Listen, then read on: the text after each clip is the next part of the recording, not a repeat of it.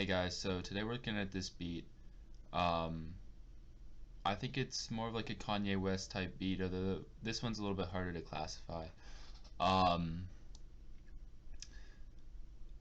this is really just me playing around. I wouldn't really call this like a complete beat or anything because it does use a melody loop and a drum loop, both from Cymatics, which is a great company.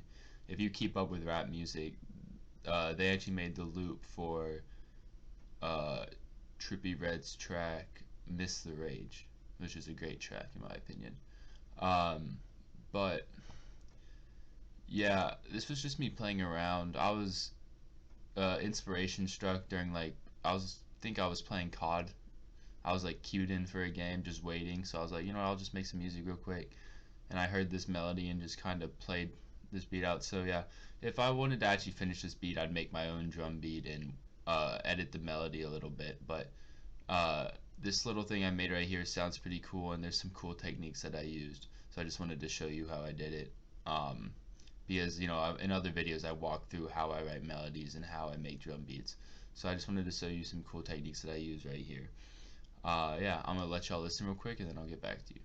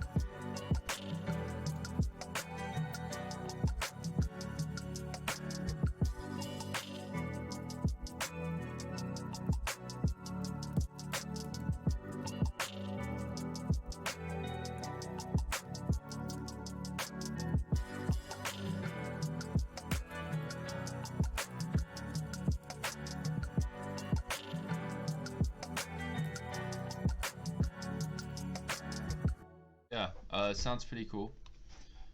And let me walk you through it real quick. So there's pretty much three parts, as you can see. There's the melody loop, the drum loop, and then this pad. So the melody loop, pretty simple.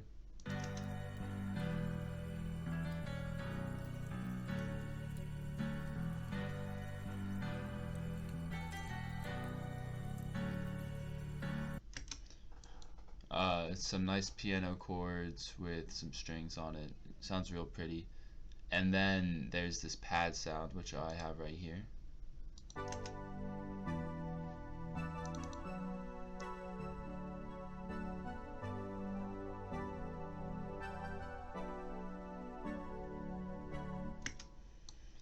Now I know what you're thinking. You're like, that sounds really weird.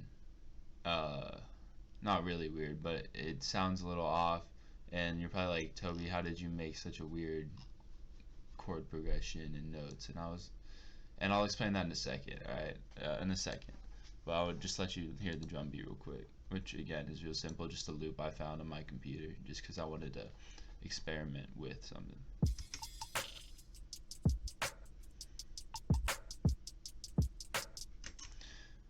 Really simple drum beat. So the reason I just used a drum beat and didn't want to take the time to create a beat myself uh, is because I wanted to experiment with side chaining. So I want you to take a listen real quick. You see I have this compressor, right, on the melody. I took the low end off the melody too, just to um, make the drums not clash as much with the lower end. I usually do that with my melodies, so you just put an EQ8 and then just drag this down and across this little knob right here, and it'll cut out the lower frequencies. Helps with the drums clashing and stuff. But I have this compressor too, so listen to the beat without the compressor on.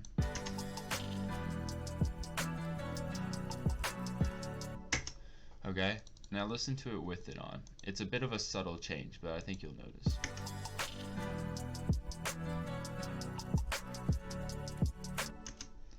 Alright. What? Alright, I'm gonna do it one more time, but this time focus on the kick.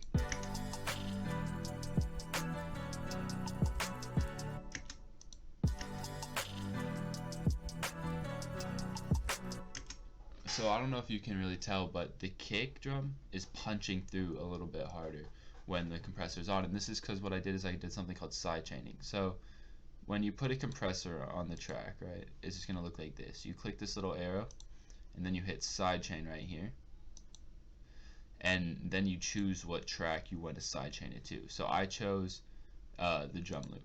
Now, what side chaining is gonna do is, since the melody is side chained to the drums, when the drums play and conflict with the melody, it's gonna actually cut out the melody. So that's why it sounds a little bit punchier from the drums when the side chaining is on.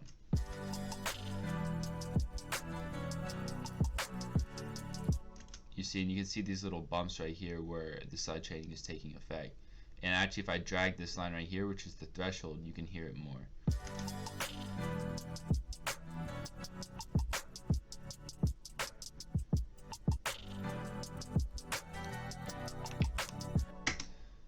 So yeah, you can make it cut out a lot or very little.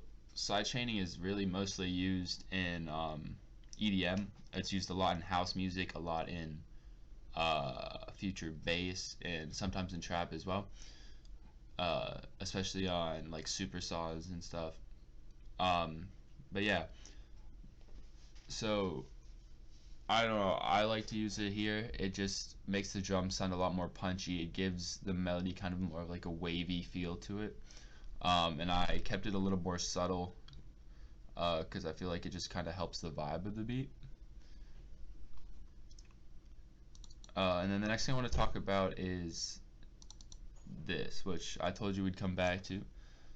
So actually what this is a really cool feature in Ableton that not a lot of people take advantage of. So let me show you how I did it. What I did was I had the melody loop. Okay? So say I just started the project, right? And all I had was this melody loop.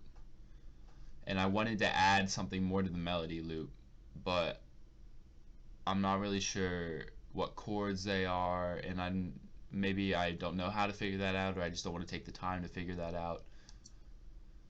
What you can do is you can right click on it, and then you can go down here and you have these options: convert harmony to new MIDI track, convert melody to new MIDI track, and convert drums to MIDI track. So this is in drums, but if you have like a drum loop, you could use this, and it's actually going to make the drum pattern for you in a MIDI. It's not going to be 100% accurate, but it's going to be, you know, close enough for you to get the general design. This is going to give you a melody, and then this is the one I used here for a harmony. It's going to give you those big chord progressions. So you're going to click this button. It's going to take a little bit to load. Alright, and there you go. It made a new track, and then it gives you this very complicated rendition of the MIDI for the melody. Obviously, it's not 100% accurate because, you know, this melody loop has different sounds, different instruments. It would have been made with several different MIDI loops, but it gives you the general idea. And then what I did was I just took off the top notes because I didn't like how they sounded, and then I just put a pad sound. I just put a pad sound underneath it, and then that's what gave me the one I used in the actual beat.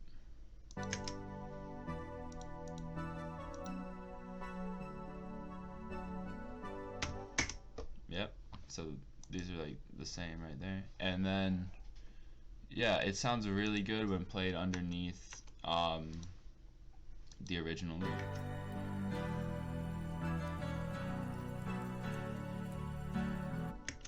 One other thing I did was I went into the loop and took out any notes that weren't in the B minor scale that the original melody was, because obviously this system isn't perfect and Ableton will mess up sometimes. But yeah, that's a great feature to just take advantage of, and it's really helpful, especially when you're learning production and need help with melodies and chords and stuff. So yeah, it's a pretty cool beat. If I wanted to finish the beat, I would do a lot more to make it more original. I'd make my own drum loop. I might keep the melody, but I'd probably edit it a little bit, do some more effects to it, mix it better, and maybe chop it up and change up the pattern a little bit. But yeah, I really like the vibe of this beat, so I'm probably gonna keep working on it and see if I can make it my own. All right, y'all. Thanks for watching. I'll see you on the next video.